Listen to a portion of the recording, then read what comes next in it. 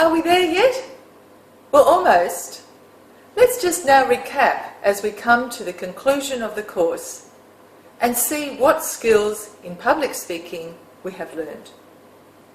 We've had a couple of sessions in impromptu speaking, and we've learned to ask questions as well as answer questions by using our impromptu speaking skills effectively. We've learned some strategies for how to speak when you're called upon to speak off the cuff. For example, we've learned to speak about who, what, where, when, how, why. We've learned the strategy of prep, where you give your point, your reason, explain or an example, and restate the point. We've learned the strategy of past, present and future. It used to be this way, now it's like this, and in times to come it'll be like that. And we've also learned another strategy for impromptu speaking is to talk about cause and effect of the scenario at hand. We've learned how to evaluate by active listening to ourselves and to other speakers' presentations. And we've learned how effective listening and evaluating can help our own speaking skills and just enrich our own experiences and understanding of the impact we have on an audience when we speak. We've learned to use our body and our voice to enhance our presentations and not to distract from them. We can chair a meeting because we know of the importance of the beginning of the speech, how important it is to get from the speaker their own provided and own written speech introduction and be able to introduce a speaker effectively. And as speakers, we know now how important it is to provide our own introductions to the MC or the person chairing the session. We are aware of good speech construction and how important it is to actually spend some time thinking about and constructing the speech effectively, not just ad-libbing it, not just winging it, but to spend time in preparation and practice. We have learned the importance of knowing your audience and knowing the venue and knowing the materials and the equipment in the venue before we make a presentation. And we've learned how to channel our nervous energy in such a way that you can laugh at yourself and relax and enjoy the experience of public speaking together with your audience. You know now how to prepare for and handle audience questions. We've come such a long way in these few weeks. And now I'd like to talk about all of these things and how they relate to a thing I call the success cycle. The harder you work, the better you perform. The better you feel, the better you like it, and the harder you work. The success cycle is all about practice. Prepare your notes. Make sure that those notes are not a page you're going to stand and read, but they are just the main points, the main words and phrases only, and then you can glance at them from time to time and be ready to speak conversationally to your audience. Plan ahead. Prepare in your diary the dates that you plan to practice with your notes and imagining the audience sitting out there as you stand up to practice your speech. And have several of these days before your delivery day or your D-Day event. Practice in front of an audience in your imagination. Practice without memorizing. Don't feel you have to memorize every word. Yes, use your notes by all means. Now, if you want, you can memorize the opening and the closing. I recommend that, so that you have prepared a dynamic opening that draws in your audience and you know exactly what you're going to say to start your speech off. And then you've also prepared your closing statement, which you've memorized as well. And then even if you suddenly run out of time, you can skip across to that memorized, strong and arousing and challenging conclusion and finish with a bang.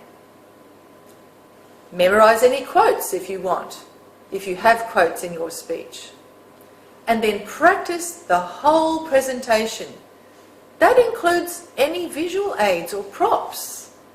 The other day, my mother, who's now also learning public speaking skills, gave a delivery that included several pictures, photographs of the family. She brought them all along, put them in a bag ready to use, launched into a wonderful speech, I might say, and came to the end, and then realised she'd forgotten all about the props. And I spoke to her about that afterwards and said, "Mum, didn't you practice with your props?" And she said, "Well, I practiced talking about the props." And I said, "Yes, but didn't you practice touching and picking up and feeling and using the props?" She hadn't. And that's what my recommendation is to you. If you're going to use any visual aids or props, things to touch, practice with those things, and your muscle memory, everything about the experience, you will see yourself doing well, and it'll be much better for you when you get in front of your audience. Make each practice a dress rehearsal. Practice all aspects. The use of visual aids, the use of gestures, your voice modulation going up and down. Practice using your voice slowly or deliberately. Practice your consonants and your vowels. Listen to the rhythm, the pitch or the melody of Australian English as you prepare your presentation. Listen to the diction. Listen and imitate the vowel sounds. Use your jaw. So that means prepare your voice, your body, before you go in there to give your presentation. And as I've said before, practice the conclusion. Don't just concentrate on the beginning and getting that right, but don't forget to go over and over the middle in particular, and also the conclusion, which is, after all, your lasting impression that you want to leave for your audience. Your last words and your gestures will be the ones the audience remembers best. If you've practiced, you will be able to control your nerves. And this is why. There's a book you may have come across called The Inner Game of Tennis. There's also a book called The Inner Game of Music. In fact, I think there's been an inner game book written for many, many skills. And in the inner game books, the premise is this. In our heads are two voices. There's the one voice that says, "Oh, here comes the hard part, you're going to get it wrong." And then there's the other voice that says, "Here comes the hard part, but I've practiced this so many times, I've seen myself get this right, and I know I'm going to nail it again."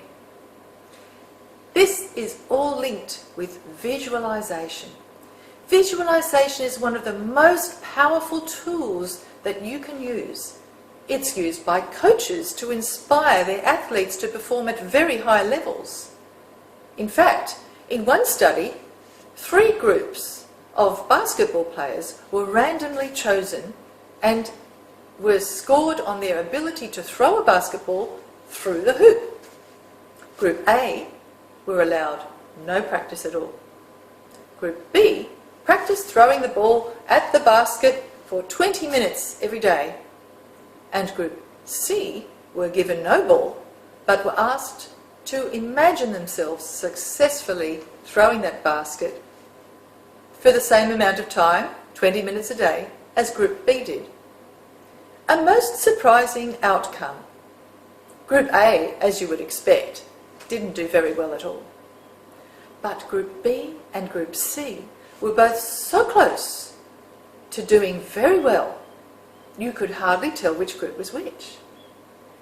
You see, when you creatively visualize yourself getting it right, then your body behaves and your mind behaves as if you really did do it and get it right.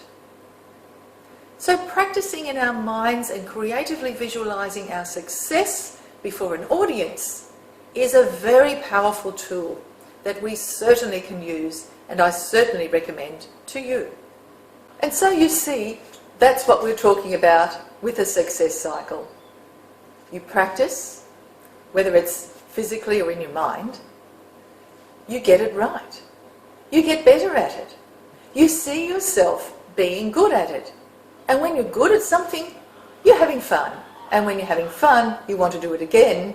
And by doing it again, you're practicing.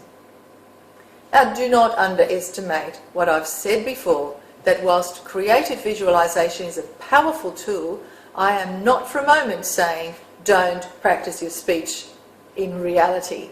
Do practice your speech. Don't wing it.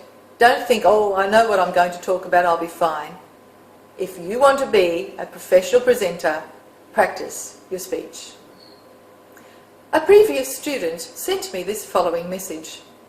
Practice makes one perfect. Any amount of theory without practice is useless. His father gives Johnny a beautiful bike for his birthday. But before he may use it, his father insists that he reads a thick instruction manual, memorises large sessions of it, and passes a written test. Seems ridiculous, doesn't it? Well, I learned to ride a bike by riding a bike. I learned to play by playing the piano. I learn by dint of practicing, and not just by reading a book about it. We learn by doing, as we learnt from Confucius before. So then, do you want to be a better speaker? Then put yourself into situations where you need to speak publicly, and always practice every speech. Perhaps consider joining a Toastmasters club near you. If you go onto Toastmasters International site, you can search for a club and see where there's one near you. And keep in mind, now that you have the tools to become a powerful speaker, there's no holding you back. We have seen how much you have developed your skill over these last few weeks, so that you can deliver your message with power. It only remains now for you to go forward, because this is only the beginning.